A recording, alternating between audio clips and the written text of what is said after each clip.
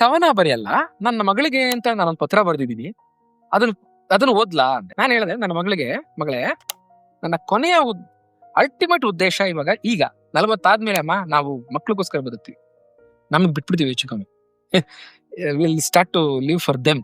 ಅವರಿಗೊಂದು ಒಳ್ಳೆ ಡ್ರೀಮ್ಸ್ ಗಳನ್ನ ಕ್ರಿಯೇಟ್ ಮಾಡ್ತಾ ಹೋಗ್ಬೇಕಲ್ಲ. ಆ ಡ್ರೀಮ್ಸ್ ಅನ್ನೋದಕ್ಕಿಂತ ಹೆಚ್ಚಾಗಿ ನೆನಪುಗಳು, ನನ್ನ ಬ್ಯೂಟಿಫುಲ್ ಮನಸ್ಸುಗಳು ಮಾಡಿದಂತ ಸಂದರ್ಭ. ಅವಳಿಗೆ ಅಂತ ಒಂದು ಪತ್ರ ಬರೆದಿದ್ದೆ. ಅದರಲ್ಲಿ, ಮಗಳೇ, ನನ್ನ ಮೂಲ ಆಸೆ ನನಗಿರೋ ಆಸೆ ಏನಂತಂದ್ರೆ ನೀನ್ ಸುಖವಾಗಿರ್ಬೇಕು ಅಷ್ಟೇ. ನೀನ್ ಸುಖವಾಗಿರ್ಬೇಕು ನಿಜ, ಅದಕ್ಕಾಗಿ ನೀನು ಶ್ರೀಮಂತಳೇ ಆಗಿರ್ಬೇಕಾಗಿಲ್ಲ. ನೀನು ಸುಖವಾಗಿರ್ಬೇಕು ನಿಜ, ಅದಕ್ಕಾಗಿ ನೀನು ಶ್ರೇಷ್ಠ ಜಾತಿಯವಳಾಗಿರ್ಬೇಕಾಗಿಲ್ಲ.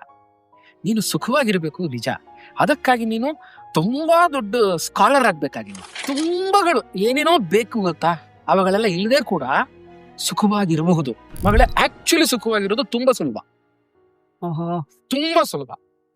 ಎರಡೇ ನೀನ್ ಮಾಡ್ಬೇಕಾದ್ದು. ಒಂದು, ಖಂಡಿತ ನೀನ್ ತಪ್ಪು ಮಾಡಿರ್ತೀಯ ಅದ ಮನುಷ್ಯನಾಗಿ, ಕ್ಷಮೆ ಕೇಳೋದಕ್ಕೆ ಯಾವತ್ತೂ ಹೆದರ್ಬೇಡ. ಖಂಡಿತ ನಿನ್ನ ಜೊತೆ ಯಾರೋ ತಪ್ಪು ಮಾಡಿರ್ತಾರೆ, ಕ್ಷಮಿಸಕ್ಕೆ ಯಾವತ್ತೂ ಯೋಚನೆ ಮಾಡ. ಎರಡೇ ಕಣಮ್ಮ, ನೆಮ್ಮದಿಯಾಗಿರ್ತೇನೆ ಅಂತ ನಾನು ಲೆಟರ್ ಬರೆದಿಟ್ಟಿದ್ದೆ. ಫುಲ್ ವಿಡಿಯೋನ ನೋಡಿ ಆನ್ ರ್ಯಾಪಿಡ್ ರಾಶ್ಮೀಸ್ ಯೂಟ್ಯೂಬ್ ಚಾನಲ್.